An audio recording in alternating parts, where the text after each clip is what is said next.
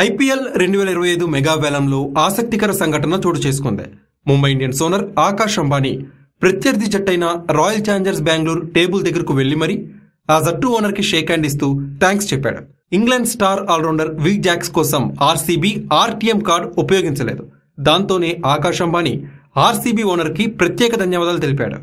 IPL 2024 సీజన్లో RCB తరపున will jacks అద్భుత ప్రదర్శన కనబరిచాడు. అయినా ఆ జట్టు అతన్ని తీసుకునేందుకు ఆసక్తి కనబరచలేదు.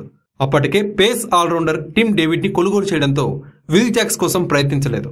2 కోట్ల కనీస ధరతో వేలంలోకి వచ్చిన విల్ జాక్స్ ని ముంబై ఇండియన్స్ 5,20,00,000కి దక్కించుకుంది. ఈ ఆటగాడి కోసం ముంబై పంజాబ్ కింగ్స్ తో తీవ్రంగా పోటీ పడింది. చివరికి 5,20,00,000కి దక్కించుకుంది.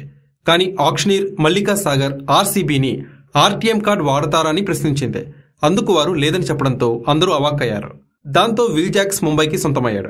దాంతో సంతోషానికి గురైన ఆకాష్ అంబానీ వెంటనే ఆర్సీబీ టేబుల్ దగ్గరకు వెళ్లి మరీ ఆ జట్టు ఓనర్ కి షేక్ హ్యాండ్ ఇచ్చి థ్యాంక్స్ చెప్పాడు. ఇక ఐపీఎల్ 2024 సీజన్లో విల్ జాక్స్ 8 మ్యాచెస్ ఆడాడు. 175 స్ట్రైక్ రేట్, 230 పరుగులు చేశాడు. ఒక సెంచరీ కూడా కొట్టాడు.